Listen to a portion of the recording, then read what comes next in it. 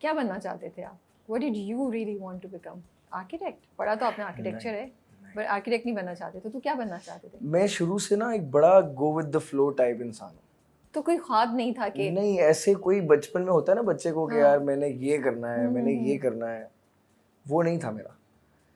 घर तो बताते थे कि मैंने ये बनना है, मैंने ये बनना है, लेकिन असल में ऐसा कुछ भी नहीं था। ओके।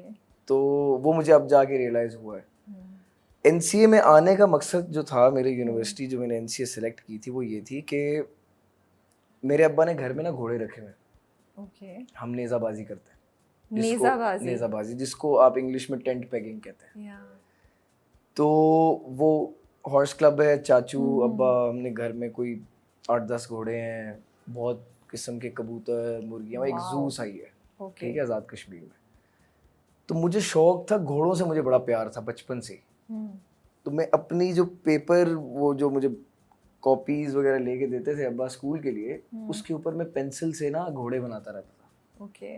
और मुझे बनाना सिर्फ घोड़ा, और बड़ी ईद आ जाए तो मैं बैल बनाने लग जाता था और वैसे मैं घोड़ा बनाते रहता था। कबूतर भी तो थे आपके पास? नहीं, मतलब परिंदों से इतना ज्यादा नहीं था मुझे। नहीं। तो आई वाज लाइक यार ये घोड़ा कितना एक ऐसा जानवर है, रॉयल्टी नजर आती है इसमें ना। तो मेरे कजन्स जो थे गुजरात में, वो लॉ पढ़ रहा था लाहौर से। उसने मुझे कहा तेरी तो ड्राइंग बहुत अच्छी है, तू एनसीए में जा। मुझे पता भी नहीं कि एनसीए क्या है। और वो मुझे ये चीज़ फीड कर रहा है जब मैं 8th क्लास में हूँ, 9th क्लास में। ओह, इतने छोटे से? हाँ। ओके। कहते तूने एनसीए जाना है, तूने एनसीए जाना है, तूने एनसीए जाना है। जब एफएससी मैंने कर लिया तो मैंने अब्बा को बोला मैंने एनसीए जाना है। वही रट दिमाग में, मुझे नहीं पता कि एनसीए क्या है। कभी मैं गया भी नहीं यूनिवर्सिटी में उसके, मतलब देखने भी। अब्बा ने कहा बेटा आर्मी में जाना है। बिल्कुल ऑपोजिट। हाँ। और मेरी ना पहले थोड़ी सी लुक भी इस तरह की थी कि मेरी दाढ़ी आती नहीं थी, मेरी सिर्फ मूछें थी।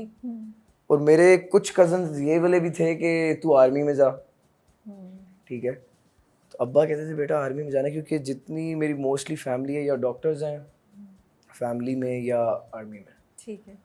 और अब्बा को ये नहीं था कि ये स्पेसिफिकली आर्मी के इस डिपार्टमेंट में जाए। वो कहते थे बस ये आर्मी में घुस जाए। ओके। एक दफ़ा तो टेस्ट जो पहला मैंने दिया, वो अब्बा साथ गए थे, वो मैंने। अच्छा रुके, तो एनसीए इसलिए जाना चाहते थे और अब्बा ने मना कर दिया, देन अब्बा सेंट यू के टेस्ट दो, आप आराम से मान गए थे? या हाँ, मैंने कहा एंड पे देखेंगे अभी क्या करना है। क्योंकि तो अच्छा मैं ये नहीं करता था कि कोई बंदा कह रहा है ना कि ये नहीं करो, तो मैं आगे यूं खड़ा हो जाऊं, नहीं मैं तो मैं कहता था तरीके से। तो आपने अब्बा को बोला सही है? हाँ, मैंने कहा सही है, ठीक है, देते हैं टेस्ट, क्या हो गया। तो इस्लामाबाद गया? हाँ, इस्लामाबाद गया, अब्बा के साथ। अब्बा के साथ, ये पहली दफ़ा? हाँ, अब्बा के साथ गया और वो टेस्ट मैंने इंटेंशनली फेल किया था। मैं स्टडीज में अच्छा था।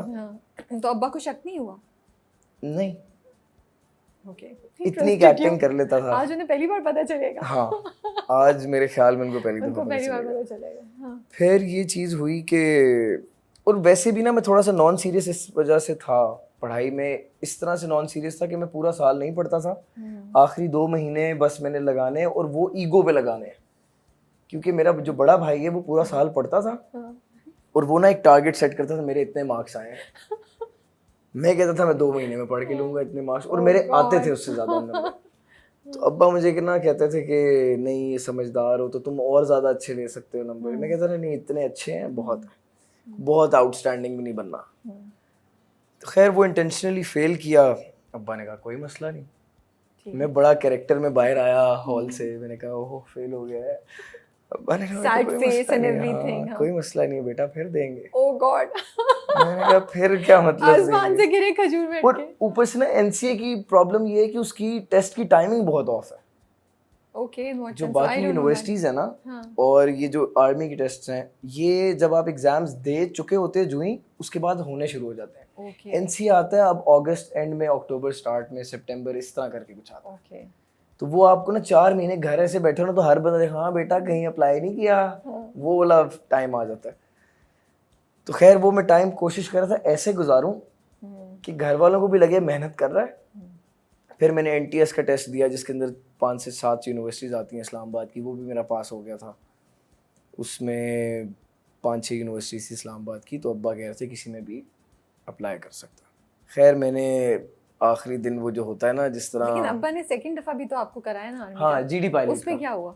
जीडी पायलट का अब्बा ने भेजा था, और या शायद मेरी एक्टिंग बहुत अच्छी थी फर्स्ट टाइम में, अब्बा ने मुझे अकेले भेज दिया था। उनको यकीन आ गया। हाँ उन्होंने कहा दोस्तों के साथ जाओ बेटा, हाँ। टेस्ट देख रहा हो जीडी पायलट का, दे आते हैं। अब मैं टेस्ट देने गया तो मैंने जो टेस्ट सेंटर था वहाँ पे दोस्तों को उतारा, 3 दोस्त थे मेरे, वो टेस्ट सेंटर से मैं सेंटोरस मॉल चला गया। ओके। वहाँ पे तब फिल्म आई थी जवानी फिर नहीं और मैंने वो देखी। Oh my goodness. अच्छा मैं वो फिल्म देखते हुए इतना बोर हो रहा था और मैं इतनी एंजाइटी हो रही थी मुझे कि यार मुझे पता है मैं गलत कर रहा हूँ, लेकिन उस टाइम ना पता नहीं क्यों मेरे चेहरे पे आ जाता था कि मैं झूठ बोल रहा हूँ, या अब्बा पकड़ लेते थे। तो मैं खैर वापस गया, मैंने कहा नहीं हुआ। अच्छा उन्होंने पकड़ लिया? नहीं, आगे से बस सीरियस था ना ऐसे। But he knew that you are lying, मुझे लगता यू है, थिंक, है ना? मुझे लगता है। मतलब उनको प्रूफ नहीं मांगा कोई? नहीं, अच्छा वो होता था कंप्यूटर पे टेस्ट होता, ओके, तो वो उसके ऊपर आता था नॉट रिकमेंडेड, रेड कलर का लिखा हुआ। ओके।